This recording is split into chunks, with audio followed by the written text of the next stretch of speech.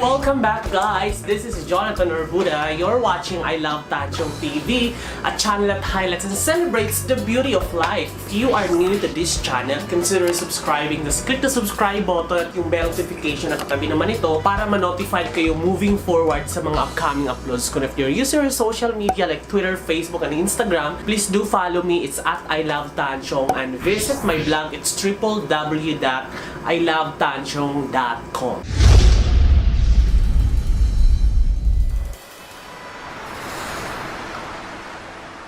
At isa naman pong item ang ating i-review ngayon na napanood niyo na sa unboxing video ko nung nag-shopping ako. Dahil nga, pag pumapasok ako sa trabaho, gusot-gusot ang aking mga polo. Steam brush, multifunctional steam brush.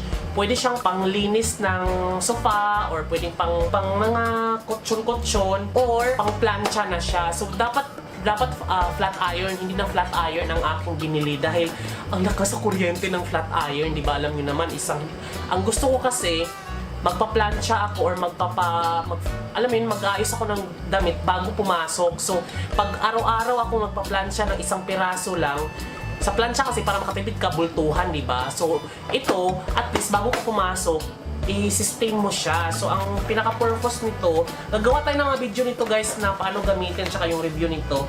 Don't worry, marami tayong gagawing video. So, ang kasama niya dito ay, syempre ito, lalagyan siya ng tubig, tapos magiging steam siya. Basta parang ganun lalagay yung tubig dito. May tubig siyang nilagay. Kabango pa yung tubig na nilagay niya dito para sa sample. Para pag ipa-planchahin ko na lang, ganun na. Parang may tubig kasi sisirik nito, tapos pa-planchahin ko yung yung mismong damit ko, ganyan. Saka isusuot. So, mas tipid to kaysa dun sa plancha flat iron. One of those products na nabili ko or items na nabili ko ay galing po siya sa Ace Hardware. So, this is what we called, this is just amounting to 1,000 pesos. So, ito po ay steam brush. So, kung meron po kayong familiar ba kayo sa plancha na flat iron, so since pumapasok ako sa araw-araw, hindi kasi ako namamlancha, since wala naman akong aparador dito, hindi ako namamlancha ng bultuhan, tapos ihahanger ko siya lahat after ko siyang i-laundry. Hindi po ganun yung ginagawa ko. Tapos ang ginagawa ko sa araw-araw dapat bago ako pumasok, ipaplansyahin ko siya. So, meron ako dating flat iron, kaso nga lang, binenta ko siya dahil mahal po siya sa kuryente. Sobrang mahal po siya sa kuryente. At the same time, since araw-araw ko siyang gagamitin, isang damit, plancha. So, lugi naman ako. So, I decided to buy this product kasi medyo mas mura siya sa kuryente. So, since this is just only amounting to 1,000 in comparison sa plancha na flat iron na that's just only amounting to 500 lang yata or 800. Mas mura yun kasi mas mahal nga lang sa kuryente. So, ito yung binili ko. Yung steam brush siya. So, ang laman po niya sa box na ito ay syempre pa yung steam itself. Nahulog pa siya. Meron siyang manual. Kailangan ko itong basahin, guys, kasi hindi ko alam kung paano siya gagamitin itong manual na to. So, yeah, steam brush. So, pwede daw siyang this product is suitable for different kind of materials. It's easy to flatten the collars, sleeves, ties, pants with a clip. It is easy to brush away the soil and dirt with the removable brush. So may brush din kasi siya. Saan ba yung brush? Ito yung brush niya na kasama. Ay, kung brush ba to? Ayan, may brush nga siya. And then, put the glass. Uy, pwede rin pala siya sa sa mga glass. So, bongga to, pwede to siya sa ating salamin.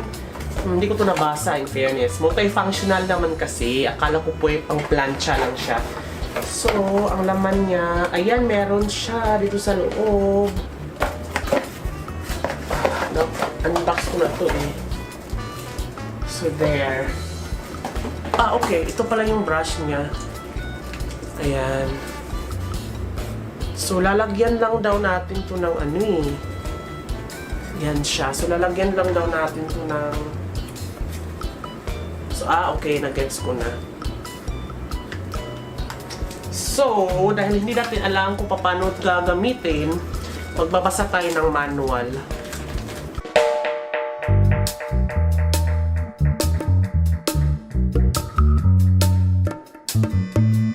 So, ito pala, pang glass cleaning to.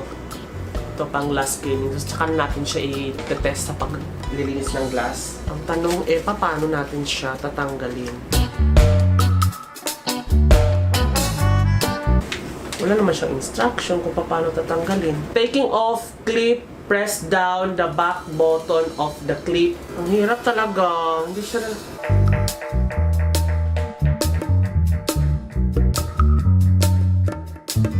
Hindi ko alam kung paano lalagyan ng tubig to. Okay. Look, tanggal na siya.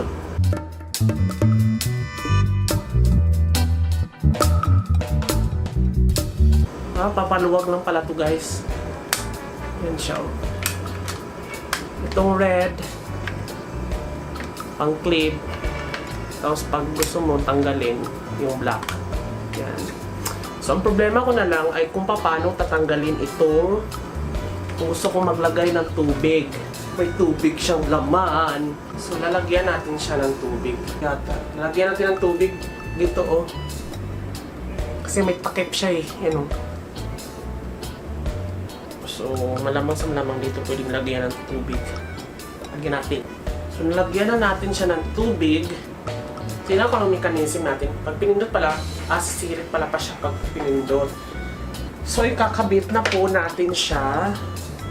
Okay, nag-gets ko na siya, guys. And then, next thing to do is, syempre, isasaksak na natin. Sana hindi ako makuryente kasi may kasamang tubig ito. So, steam kasi ito 5 damit na to ay atin siyang plaplansyahin. So, isa-isay mo natin siya. Ito kasi is manipis lang. So, titignan natin kung gaano ba siya kabilis magplansya na hindi ko nagagamitan pa ng kamay or hands-less lang siya.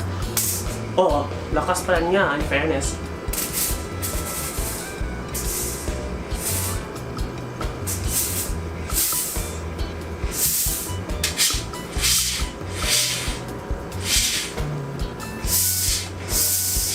Ayan. So, ito pala pang pindot. Tapos, ito din pang pasirit. Pang pasirit tong dito. Pang pasirit tong nasa taas. Tapos, yung nasa baba, pang angat taas lang sa brush. Sige. Kulubok mo lo. Medyo gusot ito.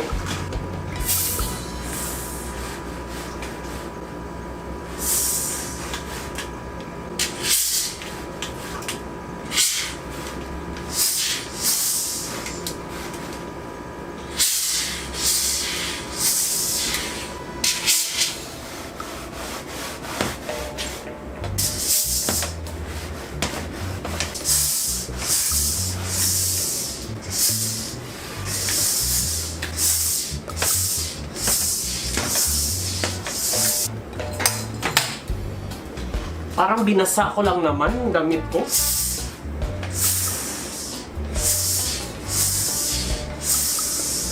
Ayun, in fairness, umano naman. Pero parang basa yung damit ko. Ang next kung anuhin ay itong jacket na to kasi sobrang gusot siya. Ito yung nabili ko na ukay-ukay sa Baguio. Tilan niyo, sobrang gusot niya. So titignan natin kung maaano ba niya to. Maaayos ba niya.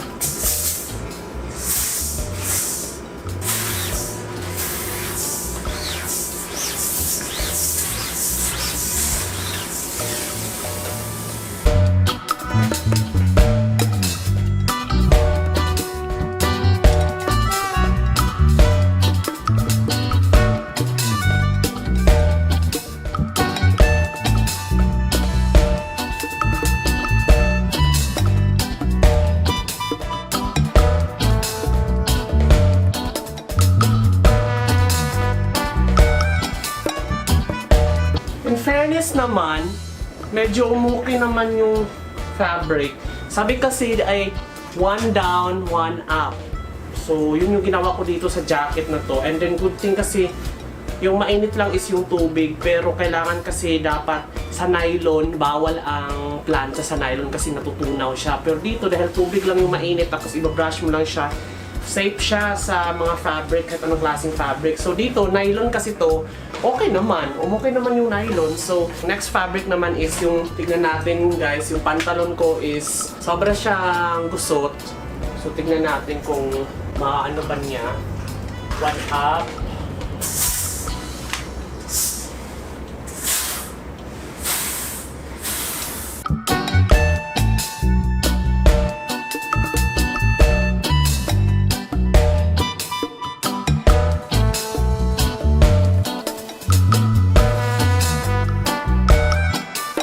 So nalaman ko na guys kung paano gagamitin to. Yung red pala, kung gusto mo, itong parang ganito yung gagamitin mo. Pag yung black naman pipindutin mo, dapat ito yung gagamitin mo. So, kung itong pipindutin mong red, dito lalabas ang steam, yung mainit na tubig. Tapos pag dito naman, yung black ang pipindutin mo, dito lalabas sa brush na malalaki. So, this is perfect for mga maong yung brush na itim. Pero ito naman, pag mga smooth lang, cotton, ganyan. Tingnan nyo guys, gumanda siya. Nawala yung kulong, nawala yung gusot niya. Tingnan nyo. Diba? Perfect siya. And then next fabric naman na gagamitin natin is yung t-shirt ko na sobrang gusot. Ayan siya. So,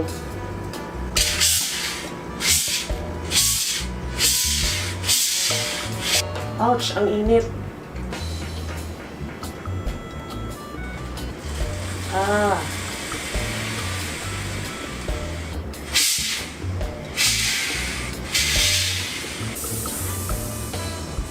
Well, nakakatanggal din naman siya. So, next nating item ay ito. Ito talaga sobra tong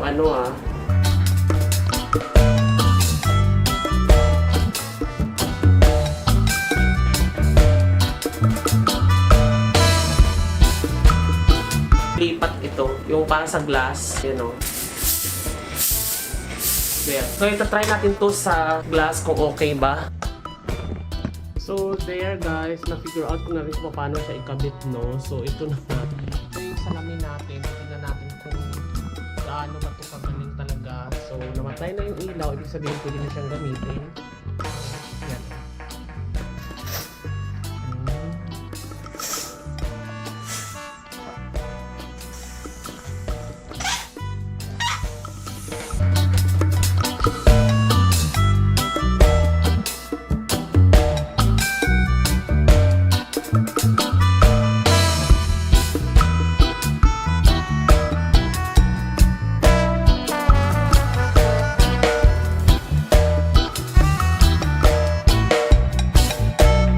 Nahirapan lang ako i-maniobra lalo na sa pagpakabit kasi nga dahil nga naman first time ako na gumamit nito, and then hindi rin ako nagbabasa ng manual kasi yung manual itself hindi naman talaga siya detailed. Hindi siya talaga, wala siyang tulong, as in wala talaga.